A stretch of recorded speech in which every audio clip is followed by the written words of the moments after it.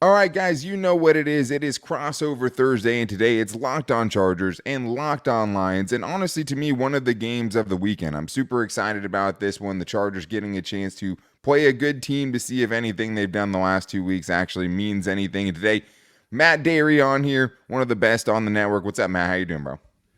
Daniel, good to be here. Chargers and Lions, rarely they get together and play. I can recall the Cliff Averill pick six game a few years back when the Lions beat the Chargers to go to the playoffs and at least clinch a wild card. Of course, the Lions lost in the playoffs in the first round, but good to get these two teams together. And I'm excited to see I'm assuming the Powder Blues will be on Sunday. Should be. Yeah, I mean, I haven't checked the uniform matchup, but I mean, best uniform in the sport to me, at least non-retro style, right? But yeah, man, it never happens. Super excited to get to talk with you today. This crossover episode is brought to you by PrizePicks, the easiest and most exciting way to play daily fantasy sports. Go to prizepicks.com/LockedOnNFL and use the code lowercase LockedOnNFL for your first deposit match up to $100. So the Lions have been awesome this year, man. I mean, one of my favorite teams to watch, one of my favorite stories to watch over the last couple of years as they really kind of built this thing under Dan Campbell into easily the best team in the NFC North and actually one of the true contending powers in the NFL right now. What do you think the biggest stories are for this team coming off a bye week going into this game in LA? You just brought it up, Dan. I mean, the storyline is they're healthy. David Montgomery, Jonah Jackson, Frank Ragnow all should be back and should be playing on Sunday against the Chargers. They've had a week off. It was a nice opportunity after a Monday night win over the Raiders, which I'm sure you enjoyed, to kind of rest and get guys kind of in the right frame of mind. They had the blowout loss to the Ravens before that. So sitting at 6-2 going into the bye, 9 games to go, everything in front of them. Really, the storyline is now, all right, you look at the schedule and go, Chargers are a 500 team. Lions have not won on the West Coast in the Pacific time zone since, I believe, 2011. So it's been a long time. Time to go west and handle business. And the Chargers are a good team, not a great team, as you know. But I think really the storyline is kind of second half is officially starting. All of a sudden, there's some company atop the division with Minnesota going on a nice little run here. But I think everybody does agree that the Lions should win this thing. What about you in LA? Yeah, I mean, that must be a weird feeling for you, man. Like the Lions as a prohibitive favorite to win the division. I mean, as someone who covers a long-suffering franchise, I definitely can appreciate that. And I think I end up rooting for the long-suffering franchises just because I did grow up a Chargers fan, and like it has been rough, and Chargers fans have been through it. And I really think, what they have been through, I respect all of them because this team does not make it easy on them. For the Chargers, man, it's simple. Can you beat a good team? And that's what it comes down to, because with the schedule that the Chargers have, I mean, there are some easier games down the road that you kind of beef up their schedule, right? And possibly make a run. But it's not going to mean anything if they can't beat the good teams on their schedule they still have left, because they still have the Lions, the Ravens, the Bills, the Chiefs again. Like, this team has to show that they can beat a good team, and they just haven't done it. I mean, since the start of the 2022 season, the only playoff team they beat last year was the Dolphins, who had to at that point, who were a pretty good team. It was a good game, but like, that's it. I mean, this year, the Jets, I don't know. I'm not going to say that's a win against a good team, even though it's a team over 500, right? And a team that beat a couple of good teams. It still doesn't feel like, hey, this team is ready to take on the real powers of the NFL. The other over 500 team they beat this year was the Vikings, and like, the Vikings were actually pretty good. So, like, I mean, that one I'm not totally counting. And now it's like Josh Dobbs and no Justin Jefferson, and they had Kirk Cousins and Justin Jefferson for that game. That was a huge win for them to, stop from going to 0-3. But, like, the Chargers have not been above 500 this season. This is a chance to do it. This is a chance to make a statement, a chance to get out of, what was a really terrible start to this season and finally show that this team is ready to actually beat good teams. I get it. Lions were kind of in that same boat. I think, when people say, all right, the Lions, there are some, that's all I'm saying, that will say, all right, well, the Lions beat the Chiefs opening night in Kansas City under the lights. Like defending champs, that they raised the banner and the Lions went in there and won. Oh, but there was no Kelsey. There was no Chris Jones. Mahomes receivers were dropping every ball in sight. Kadarius Toney, they called it the Kadarius Toney game in Kansas City. Right. I get that, but the Lions still won. Then they lose to Seattle. They lose to the Ravens. The schedule's been a little bit soft. The division's not good. Some of the crossover games that they've had have not been great opponents. So this one, to me, is, all right, you're going out west, never easy with the 3-hour time difference. I know SoFi is going to be half Lions fans. Let's you and I be honest here. Yeah. But Justin Herbert's legit. Eckler's really good. Keenan Allen's a future Hall of Famer. So is Joey Bosa. So there's some guys on the other side that can play. So I think this would be a nice test for the Lions to kind of shut up some of the people that would say, well, who have they beaten too? Yeah, and that's the funny thing, man, is and like something I've preached to the Chargers fans too is just like, since when did the Chargers like beating up on, below average to even average teams and actually blowing them out become something that we're not impressed by, right? Like the Chargers have perennially been the team that lets these other teams hang around and like has games that are way too close, and Chargers fans are sitting at the edge of their couch with their blood pressure going crazy because the Chargers will always let teams come back in. And that was the story early on in the season, was finishing games, down 2 minutes left against the Dolphins in week 1, can't come back and do it. Multiple chances against the Titans in week 2, can't come back and do it against a bad Titans team. We've seen them actually start to finish some games, and there's still, some things that have to get worked out. But I think other than the Chargers just beating a good team, I think the other big thing is how good is the defense? Like, that's what we talked about on yesterday's show on Locked On Chargers, was just like, is the Chargers defense good? Because they played Tyson Bagent and Zach Wilson the last couple of weeks. So it's kind of hard to get, a good read on it. And there are parts of the defense I think that are really good. But this is a chance for them to prove it, because you're not going up against a one-dimensional team with the Lions this week, right? You're going up against a team who has a very well-run, well-orchestrated passing attack with Jared Goff pushing all the right buttons. Jahmyr Gibbs kind of coming into his own right as your other starting running back is coming back in the fold. So it's, can the Chargers beat good teams? Is this Chargers defense really good? And I think the Lions, you will know, like at the end of this next game, and maybe it's not the last nail on the coffin and saying they're a bad defense, but you will know how far this defense has come after Sunday's game. Nice. Yeah. I mean, I think the Lions, like you said, should be all guns a-blazing offensively in this game. Plus the addition now of Donovan Peoples-Jones will be an upgrade for this offense at receiver. Playing on a fast track, good weather. Should be fun. Yeah, man, I'm excited to see it. I mean, especially in LA, right? I mean, with the weather not being a factor, Justin Herbert's finger, I don't think would look very good in the rain with all the tape and splints and things that he has on that broken left middle finger right now. So definitely we'll take the great weather in Los Angeles. But it's time to get into the best matchups for this one.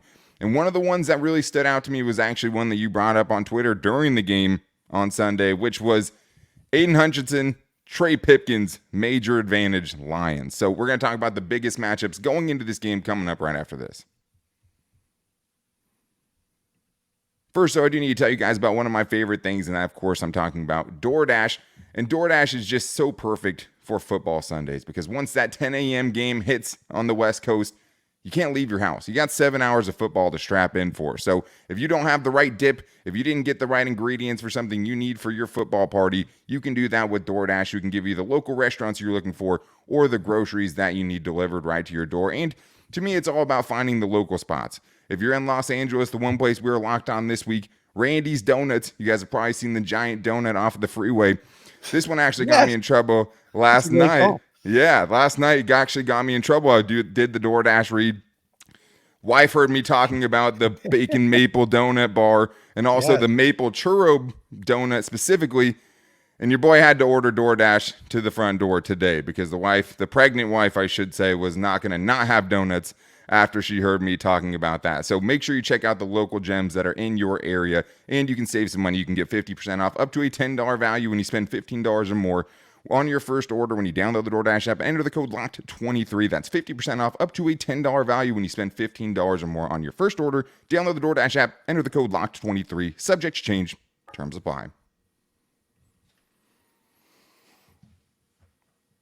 All right, we know that this is a good matchup between the teams, but there are some really, really good matchups inside the matchup that I want to talk about today, because I think when you're looking at this, there are a lot of places where I think each team could probably find some advantages. I think if you're looking at this game on paper, more of those are going to lean towards the Lions. But when you're looking at what the biggest matchups are that you think that are most likely to decide this game, Matt Derry, what are you looking at? You teased it before, Daniel. Trey Pipkins, I watched him the other night, and he had major problems with Jermaine Johnson and everybody that was coming his way off the edge, off that right tackle spot. And that's exactly where Aiden Hutchinson lines up. And Aiden is starting to hear about the sackless streak that's gone on a couple of weeks. Aiden's been around the quarterback. He's done a great job. He's had a really good year in year two. He's clearly the best player. You know, Trayvon Walker went ahead of him with Jacksonville. Yeah. Aiden's really good. But this week, I just watched a right tackle that did not look like he had a good game. You would know more than me about Trey Pipkins III and how good he is. But, man, I think Aiden Hutchinson should be eating this weekend and really, you know, watching the tape of the Jets game and doing what Johnson did and trying to dip below and get to the quarterback and certainly getting to Herbert, making him scramble, making him throw on the run. And I thought that kind of decided the game for the Jets the other night, or I should say for the Chargers the other night, was their pressure on Zach Wilson. Yeah. And I think the Lions could do the exact same thing to Herbert this week. Yeah, I mean, it would be hard for the Lions to pressure Justin Herbert more than the Jets did, right? I think it was the third most pressured dropbacks of any quarterback so far this season, and one of those was the 40-0 Giants loss to the Cowboys, and the other one was a Raiders loss where they put up 7 points. So Justin Herbert has unfortunately gotten a little too used to having to face as much pressure as he has, and I think this is a really sore subject for Chargers fans specifically because Trey Pipkins had the best season of his career last year, got rewarded with a 3-year contract. Yeah. And he is one of many problems on this Chargers offensive line, an offensive line that has 2 first-round draft picks invested in it, an offensive line that's without its all-pro center, Corey Linsley, where you're really, really feeling how important he is in his absence, right? Like, he could win team MVP just by how important it is, like, now that you've seen what the importance is now that he's gone. I think that's a huge matchup that could decide this game. I mean, I think the really hard part, too, is that Rashawn Slater hasn't been great. He's been dealing with an ankle injury, obviously coming off of a torn biceps that cost him most of the season last year. This year, he hasn't looked like the all-pro he was as a rookie, and I think a lot of Chargers fans just assumed he was going to come back in and regain his form and look as good as he ever has, but he hasn't. And I think that the best matchup for Aiden Hutchinson is still going to be coming off that right side against Trey Pipkins. And if you're the Chargers, you have to help him, man. Like you can't be putting him on an island as many times as they did last week. Like, you have to know your personnel. You have to be trying to help him as much as possible. And I think as far as this matchup goes, I think you could say the biggest matchup is on the other side as well, right? I mean, when you're talking about the Chargers pass rush going up against a really, really good offensive line for the Lions. I mean, if you're looking at it, Joey Bosa and Khalil Mack versus Taylor Decker and Penei Sewell, that's a prime time matchup. And I think the thing is, Matt, is like Jared Goff will pick this defense apart if that pass rush doesn't get home. And that's the part that scares me the most. The Chargers had 3 edge rushers that had 2+ sacks last week. The rookie Tui Tuipulotu has been a godsend. I mean, that man has been a freak since he joined this team as a 21-year-old. But if that pressure can't get home, like you got to go up against a Jets offensive line with 4 guys on IR, a Bears offensive line that was, close to being just as bad as that. This Chargers defense, and the biggest reason they've been better is because the pass rush has been getting home. If they can't get home, it's going to be a real problem for them. Yeah, Penei Sewell has played very well again this year, kind of had an off day against the Ravens. Taylor Decker's been really, really solid. And now you're going to get the offensive line for this Sunday back together the way they want it to look. They've had musical chairs of offensive linemen. Decker missed the start of the season. Sewell went over the left side, but mostly the one guy that's played all year has been Sewell. But other than that, Frank Ragnow's missed the last week with a toe and ankle injury. Now he'll be back at center. He's one of the best in the league. Jonah Jackson, left guard's been out 3 weeks with an ankle. He'll be back. Graham Glasgow, who's been a godsend this year, is kind of a utility man. He'll move to the right side and play right guard. He's won the job, according to Dan Campbell, over Halupulavanti Vaitai, who really hasn't played much lately. So this is the O-line they've envisioned. It's one of the best in the league. PFF ranks him in the top 3 or 4. So that will tell the tale, like you said. And I think one other quick one to watch is certainly Keenan Allen and probably Cam Sutton on him. Yeah. Sutton has been a really, really good pickup in free agency, and I'd put him on number 13 all day if I'm the Lions.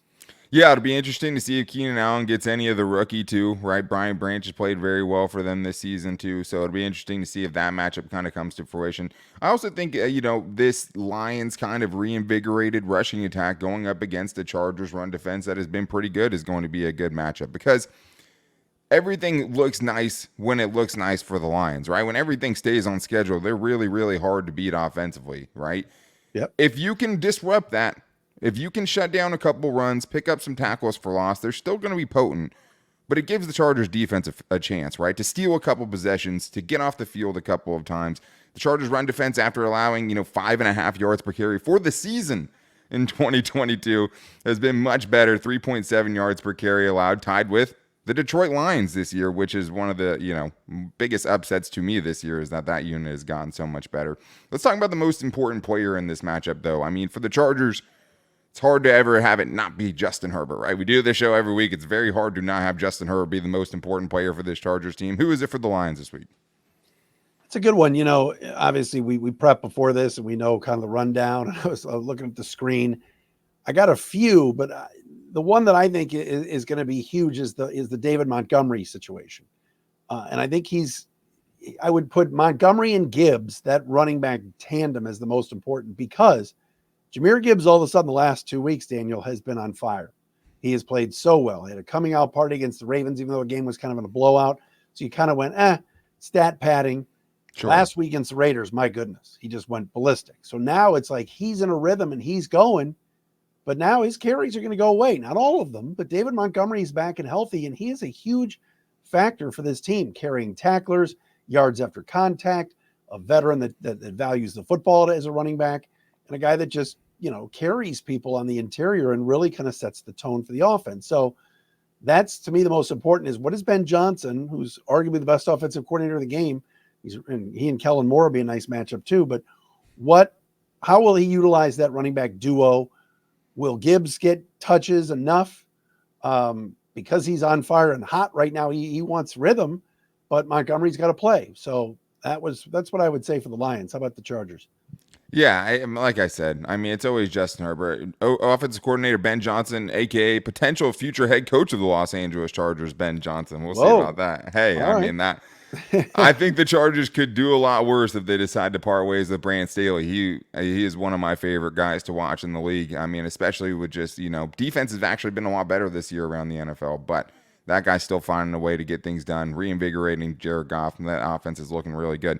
It's Justin Herbert, and I think specifically, Matt, the version of Justin Herbert we saw last week won't win this game on Sunday, right? Like, if the bar last week, it felt like the bar was, don't hurt your defense by giving a terrible Jets offense turnovers to work with and easy scoring opportunities. And even in a very, low production game by him, he did a pretty good job taking care of the football. No turnovers by the Chargers offense. They didn't give the Jets offense anything to work with. The bar has to be higher on Sunday versus the Lions. Like, you need top level, elite level Justin Herbert to show up for the Chargers to go win this game this weekend. And I think that's going to be one of the most important things for them, because the line has to hold up, like we talked about, right? He hasn't had any rushing attack to really, help this offense or play complementary football. And he's down 2 of his top 3 receivers. And I think just, people think of the Chargers and they think about the firepower they have offensively. And we were talking before the show, it's like, It's basically Austin Eckler and Keenan Allen, and that's it. And I think the problem with that is if you're game planning for Detroit, you kind of know the 2 guys you have to stop. Yeah, and I mean, on the other side, you're talking Sam Laporta, we haven't even talked about. Amon-Ra St. Brown. You're now adding Donovan Peoples-Jones. And look, I'm not saying he's going to be Jerry Rice, but sure, but it's one more guy to worry about. Josh Reynolds has had a good year. Gibbs and Montgomery. So I think there's more balance, certainly, and more weapons on that Detroit sideline. Thing that I think the Chargers could really certainly feast upon the Lions defense if Herbert starts running. Great speed, obviously, good feel. Always seems to get down. I know he's taken some hits the last couple of years, but that would be a concern for me for Detroit is, all right, lost to Geno Smith earlier this year, a lot of scrambling. Lamar destroyed him with his legs. Yep. How will they handle Herbert if they get home and he gets away? And that's going to be one of the biggest things that I think decides how this Chargers offense fares on Sunday and if they can actually get the job done. But we're going to talk about what each team has to do this upcoming weekend to find a way to win in a game that I think is one of the games of the weekend. And we're going to talk about that coming up right after this. First, though, I do need to tell you guys about something that's a little bit more serious. We spent a lot of time talking together. We get fired up for wins and losses and who starts and who sits. And I'm thankful for the connection that we have. But today, I want to talk about something a little bit more personal, because whether you're on extended travel, bracing for major weather events, or limited by yet another supply shortage, We have you covered, and thanks to our partners at Jase Medical, lifesaving antibiotics and a long list of daily medications can be ordered in a 1-year supply. Even ED generics like Cialis, Viagra, Revatio prescriptions. Go online right now at jasemedical.com and receive your 12-month supply of your daily medication. Remember to use the promo code LOCKEDON at checkout for a discount as well. But this is kind of really what sums it up for me. A verified customer had this to say about it. I am thankful for this service. Supply chain issues caused me to cut pills in half to have them. I ordered most of my daily meds with a year supply. I also ordered the antibiotic kit. I feel secure now. Prices are lower than local pharmacies. I highly recommend this for everyone. And that's what it's about at the end of the day. You don't know what's going to happen. It's a crazy world. Give yourself some peace of mind with Jase Medical. If you're someone you would love to get some of that peace of mind by having a year supply of any daily med, go to jasemedical.com to see if it's offered for you. Remember to use the promo code LOCKEDON for $20 off your purchase. All right, we are back here with the Chargers and the Lions. Very excited for this upcoming matchup, and I think there's a lot to get into and a lot that the Chargers have to do to win this game. I think the Lions are a better team going into this one. And for the Chargers, I think the game script has to be playing their most complete game of the season. But before we talk about all that, I do need to tell you guys about Locked On NFL Kickoff Live, which is on every Locked On NFL channel, 2 p.m. Eastern time, every single Friday, with Tanisha Batiste, Jarvis Davis, and Kyle Krabs getting into every single matchup around the NFL and giving you the local experts that only Locked On can provide, right? They have guys everywhere for every team that know everything about that team, and that's what you get every Friday at 2 p.m. Eastern time on every Locked On NFL channel. So make sure you guys check out Locked On NFL Kickoff Live. Matt, it's time to get into what's going to decide this one. I talked a little bit about what it would take for the Chargers to win this game. I have a lot of respect for the Lions, and I think the Lions are a very good team. Outside of 1 week, it's been very, very competitive for them all season long. The Chargers really haven't gotten blown out either. They lost by 2 scores against the Chiefs, and that's going to happen. But what do you think it takes? Like, what does a Lions win look like to you? Like, in your mind, when you're thinking about, hey, what is it going to take for the Lions to get this thing done? What are you thinking? 3 things that I see, Daniel. Number one, I thought your punter, that dude boots that thing really high. He does. I could just sense Khalif Raymond is pretty short-handed at punt returns, but a drop, a muff, some sort of crazy turnover. Totally. Up, the Lions going out west, type of situation. Weird stuff happens. Yeah. Lions have got to be aware of that. So I think just nothing dumb. Number 2, red zone has been a problem for the Lions the last 3 weeks. The last 3 weeks, something like just 12% in terms of getting touchdowns converted in the red zone. It's been really low. And Dan Campbell said that's been a major concern for them during the bye week to look at, to go, what do we need to improve on at 6-2? And one of them is red zone. And then number 3, look, as you know, when the Chargers play good team, the Chargers are usually right there. Is this going to be another one of those Chargers get the ball down 4 with a chance and then doesn't happen for them again? I think that's in the Lions' favor if it comes down to the end and their defense is on the field, or the Lions' offense is on the field trying to salt a game away. I think if it comes down to that, I like the Lions. It just, how many Charger games have I watched in the last few years? It's just like, look, guess who's got the ball down 6 with a chance to do it, and they just don't. So we call that Phillip Rivers syndrome. That's what that is. Phillip Rivers syndrome. It happened with him. It's happened with Herbert. It's a Chargers thing through and through. But I like the Lions. I think those things come into play for them, and I think we'll talk about predictions. I think they'll end up winning, but they've got to convert touchdowns. They can't be kicking field goals. Yeah. And just a muff punt here, a stupid turnover there. Don't let the door stay open for the opponent. Yeah, the interesting thing about the muff punt is funny too, because the Chargers have a guy in Jasir Taylor who over the last 2 years has had 2 plays on the punt coverage team for the Chargers where he's blocked the other team's player into the return man, even while calling a fair catch, and has caused 2 muff punts that the Chargers have recovered.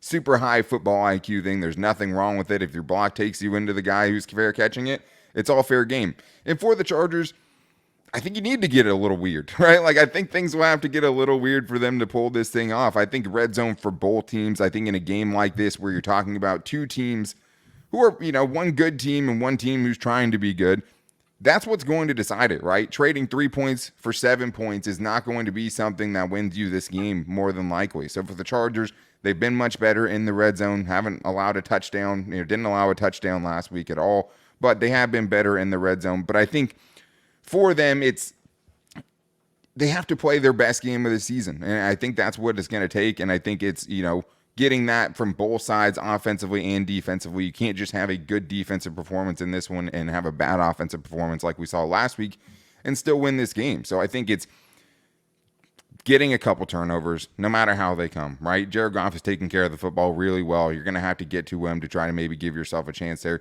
Chargers did punch the ball out extremely well last week. I think they forced 4 fumbles last week and recovered 2 of them. You can see that there's a real emphasis from this team on trying to strip the ball out and things like that. I think the biggest thing, especially talking to what you're talking about or speaking to what you're talking about, is the second half offense for the Chargers. This is a Chargers offense that's been shut out 2 of the last 5 games in the second half, scored 6 points offensively against the Bears in the second half of that game. They didn't need much, but still, it's a problem until it's not, right? And last week they scored 10 points in the second half offensively, and you're like, okay, that's something.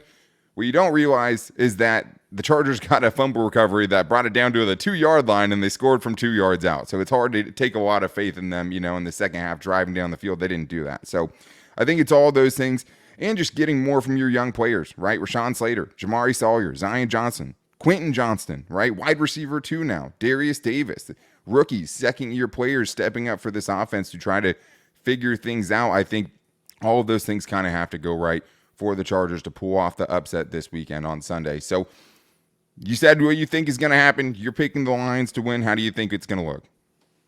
Yeah, I am. By the way, Quentin Johnston, maybe he wakes up because he'll see a Michigan team on the other side of the you remember his game? Yes, I do. Probably what sold the Chargers. I'm not even sure I like that game anymore, to be honest. That's like John Morton from like 1989 against Michigan for Seton Hall. They had a great NCAA tournament. Then he went in the first round of the Cavs, and he never played in the NBA. But I digress. I'm showing my age now. I'm going to take the Lions 28-17. I think Detroit wins. They're healthy, getting guys back, well rested, off the bye. Chargers on a short week, had to play on the East Coast Monday, travel back west for a short week. And like you said, LA's won a couple in a row here against bad teams. I think the Lions come in and just are the better team, and I see them winning this game. What do you think? It'd be hard for me to go against that at this point, right? And for me, it's at a prove it point from the Chargers. It's like, hey, if you want me to pick you to beat good teams, right? Be a good team. If you want, people to take you seriously, if you want to go into matchups like this and think that you're going to win them. So right now, 1 day of injury reports for the Chargers so far, and it wasn't even real. It's basically just this is what would have happened if they were out of practice.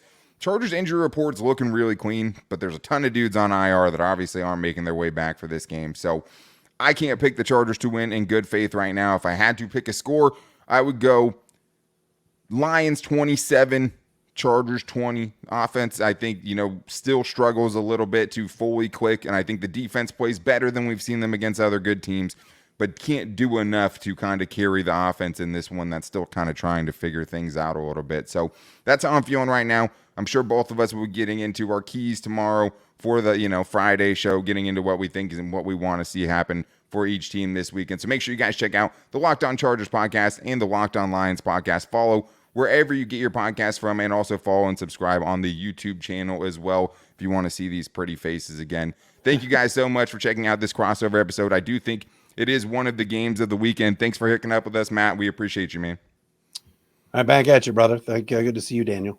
Yeah, so make sure you guys are checking out all the great stuff on the Locked On Podcast Network and checking out the Friday shows for Locked On Chargers and Locked On Lions. And hey, for the post-game show after the game on Sunday, make sure you guys are here for that. But until then, guys, hopefully it's a very fun game, and we'll talk to you later.